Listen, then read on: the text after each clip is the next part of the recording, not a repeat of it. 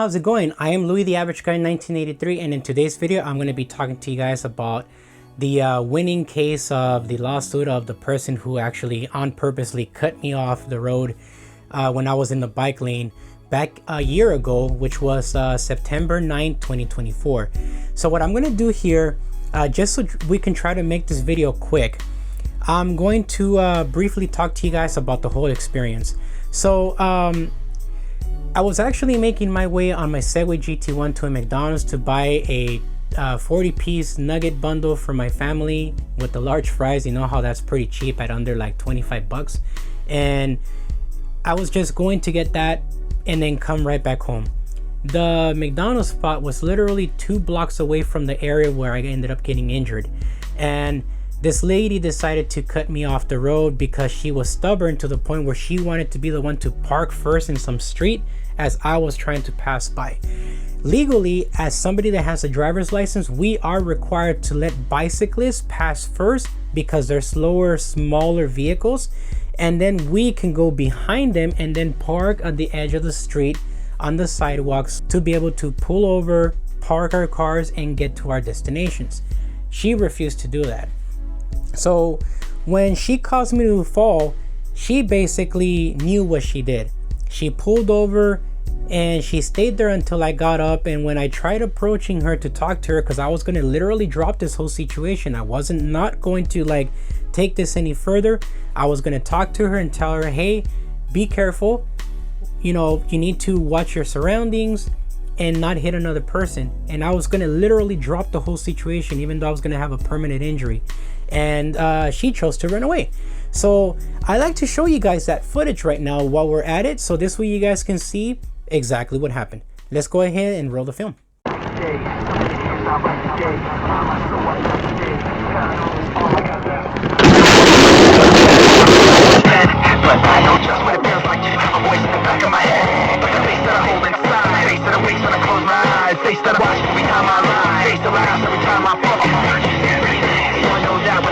Sink or swim, face to me, you got a face on the inside too. Your paranoia's probably worse. I don't know what set me on first, but I know what I can't stand. Everybody acts, the fact of the matter is I can't add up to what you can. But everybody has a face that they hold inside. Face that awakes when I close my eyes. Face that watches every time they lie. Face that laughs every time they fall. So you know that when it's time to sink or swim, that the face inside is watching you too. Right inside. It's like I'm paranoid looking over my back. It's like a whirlwind inside of my head. It's like I can't stop what I'm hearing within. It's like the face inside is back beneath the skin. It's like I'm paranoid looking over my back. It's like a whirlwind inside of my head. It's like I can't stop what I'm hearing within. It's like the face inside is back beneath my skin.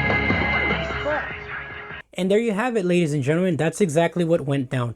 So as you guys can see, I was injured. I was technically limping, man, because I did have the dash cam. It was basically the Wolfbox G930. And the reason the footage was really shaky was because it's a mirror dash cam intended for cars and not intended for motorcycles or for e-bikes or scooters that have more vibration. So the camera did not have image stability, but I was still able to pause the video right at the perfect moment to get a clear image of the lady's license plate number, and that is what basically helped me with winning my case.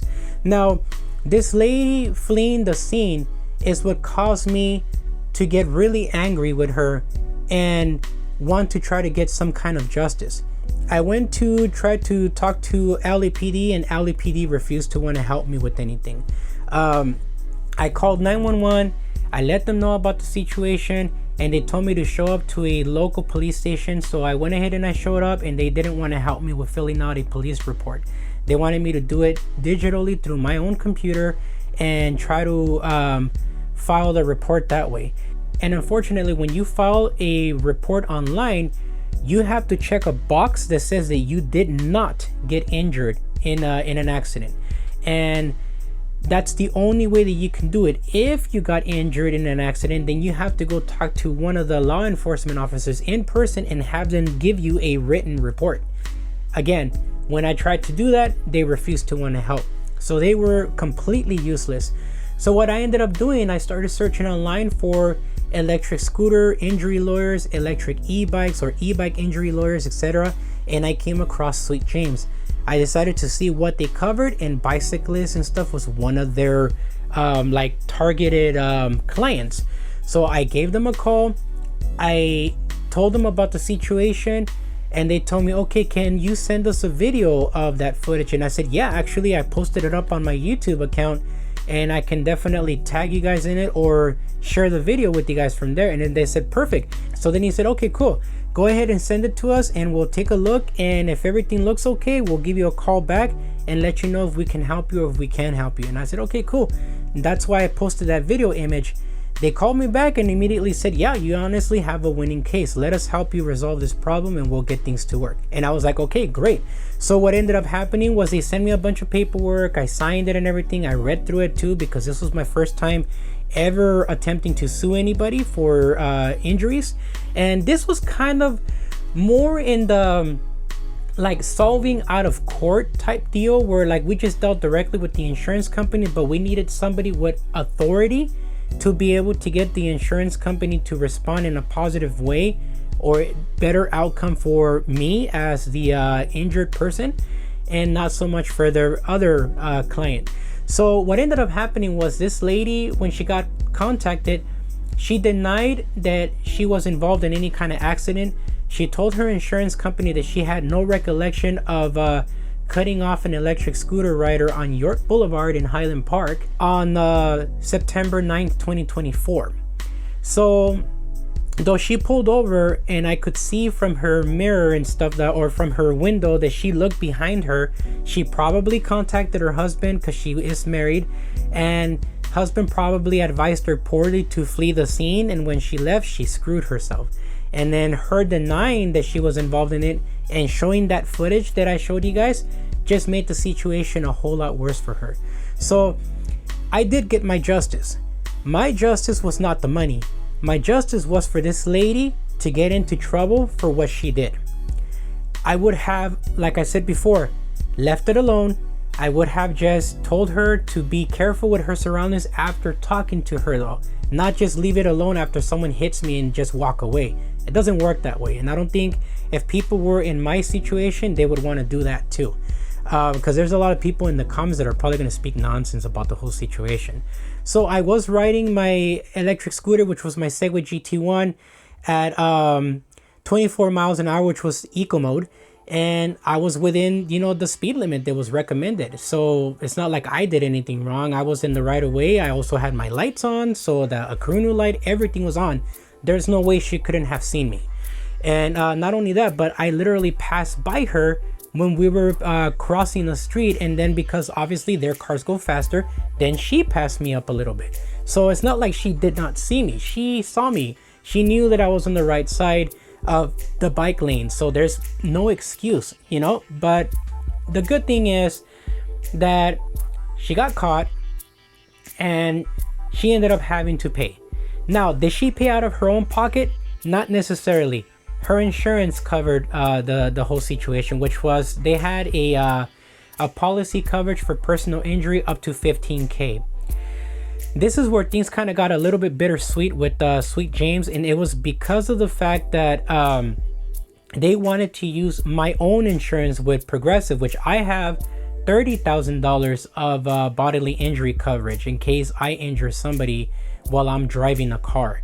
And it also protects me. So if I'm riding a PEV, I'm technically protected as well, and I can use my own insurance to pay myself without having any kind of negative effect or increase on my insurance, because it's separate. It's like a separate premium you pay for. And what I didn't like about Sweet James is that they went the lazy way out. They tried to get my insurance to pay for the injury instead of Sweet James literally trying to get the information with like an SR22 from the DMV to get the person's insurance information, home address, and actual name and all that stuff. And my insurance ended up doing this so that they can protect themselves from having to cover the entire $30,000. And sure enough, once I showed my insurance company the video as well, because they asked for it, they said, yeah, it's the other person's fault. So we're also going to send this to her insurance company and let them know, hey, you hurt our client, and, you know, go from there. So at the end of the day, I did win my case, and I'm very happy about it. Even if I would have gotten just $500, that would have been great, because I still got my justice, which was this lady getting in trouble for what she did. So from my understanding, from what my insurance company told me, was that she basically blacklisted herself with a bunch of insurance companies moving forward for lying, and basically injuring somebody. So it's like a hit and run. Number two, she did the hit and run, so she basically got a point on her license for that, for violating something that has to do with, you know, her driving. And number three, her insurance premium went up. For the next 5 years, she's going to be paying a high premium along with her husband for the decision that she made of like fleeing the scene. It could have been a whole lot easier and lighter on her if she would have stayed and been responsible and actually provided her insurance information to me and everything, but she didn't do that. She chose to flee. So that's on her, not on me, right? So I do appreciate that I had a dash cam. I remember a lot of people making fun of me because I chose to buy a dash cam and put it on my electric scooters, and I was being laughed at like crazy. Even my friend Mo Cricket thought it was funny that I put that on an electric scooter, up until he started seeing the importance of having one. So, and several other people. So I recommend a dash cam for you. Or for example, something like an Insta360 X4 or the X5 that you can put maybe on top of the helmet, and since it has dual cameras, or even a GoPro that has dual cameras, and you can actually like be able to zoom in or zoom out of an image so that you can actually get that exact point where you ended up getting injured and have something to protect you. So the kind of lawyer that you need to get realistically, it's an injury attorney. So injury or accident attorney, that's what you have to get. You can't get any other type. It has to be that kind. And when you call them, you need to ask them if they cover bicyclists, electric scooters, e-bike riders, etc. And they'll let you know yes or no. Then you can talk to them about the case and see who will cover you. As of right now, Sweet James does. But I do want to talk to you guys about the whole situation with them. So I want to show you guys a screenshot here, because I don't want to take too long with this video. I know you guys want to just know exactly what the outcome was. So I did get permanently injured from my arm. So this is a permanent damage. I can't lift my arm more than this much. This is about as high as I can go, versus this arm that I can go completely, you know, all the way up to my head if I really want to. And the same thing with my knee. My knee's kind of damaged permanently now, but at least I got a decent outcome out of this. I expected to get pretty much nothing other than just getting the lady to get in trouble. That's honestly what I was hoping to get, but I'm happy that I got what I got and didn't just come out empty-handed. So they were able to solve this case and everything, and after she admitted fault, when her insurance company showed her the video, she denied it the entire time until she got shown the video. That's when she admitted fault. So that made the case much easier to win. The letter that I'm going to show you guys right here is for August 13, 2025. That's when they officially like settled everything out, and they basically gave me this paper, and then they were sending me a check in the mail within the next week or so after that. So the amount was $15,000, right? So we're gonna skip all the words here, but you're welcome to pause and read everything.